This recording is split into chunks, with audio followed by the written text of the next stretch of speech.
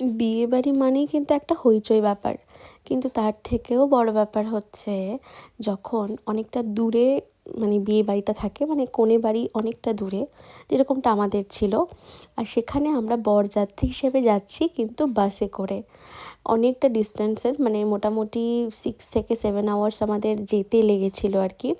তাই জন্য আমরা বেশ সকাল সকাল, মানে মোটামুটি তখন 11টা বাজে, 11টা সাড়ে 11টা নাগাদ আমরা বাসে করে রওনা দিলাম, প্রচণ্ডভাবে এক্সাইটেড হয়ে। বরযাত্রী যাচ্ছে এবং সবাই খুব হয় না যে এক্সাইটেড, যে ভাই বরযাত্রী যাচ্ছি। বাসের মধ্যে নাচা গানা হাসি মজা করতে করতে আমরা যাচ্ছি, মানে এই একটা আলাদাই একটা মজা, আলাদাই একটা অভিজ্ঞতা। এখানে আমি আর শুভদীপ পুরো চিল মোডে আছি।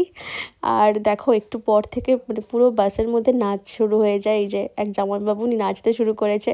আর এই জামাইবাবুকে নাচতে দেখে তারপর বাকিরাও একে একে করে উঠে আসে নাচার জন্য। হ্যাঁ, মানে তখন হয় না যে একটা কোনো মানে কারো একটা ছুতো চাই আর কি, যে ঠিক আছে চলো ভাই এখন সবাই আমরা নাচবো। তো তারপর একে একে করে সবাই এমনি করে উঠে আসে, উঠে এসে নিজেদের মতন করে নাচতে থাকে, আর এদিক দিয়ে বাস পুরো হিলতে থাকে। মানে সে এক হাস্যকর একটা ব্যাপার, বাসের মধ্যে একদিক দিয়ে বাস হিলছে তাও নাচা বন্ধ হচ্ছে না, নাচছে। এই করতে করতে কখন যে বিয়ে বাড়ি পৌঁছে গেলাম জানি না। চলো দেখা হচ্ছে অন্য ভিডিওতে, নাও টাটা।